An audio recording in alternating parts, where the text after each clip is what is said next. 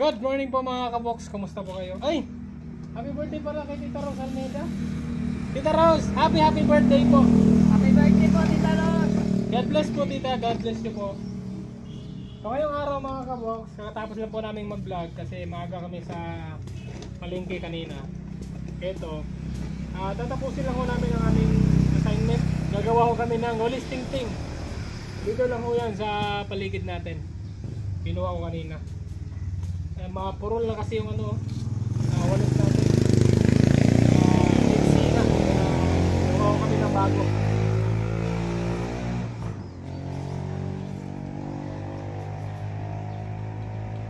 And Tita Rose Almeida, God bless you po. Ingat po kayo lang. Happy birthday po. John Philip Lopez, mega love shoutout. Belated happy birthday. Birthday ni Kuya John kapon. John Philip.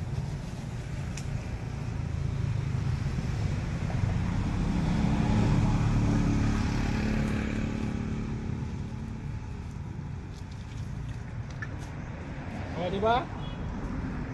Kalahati na lang, may isang ulis na tayo.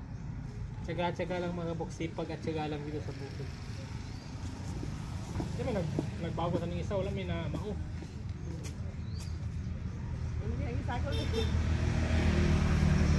Sarap lang ang gumawa nito mga kabok kasi bihira lang natin itong magawa eh. Dito lang ako paminta.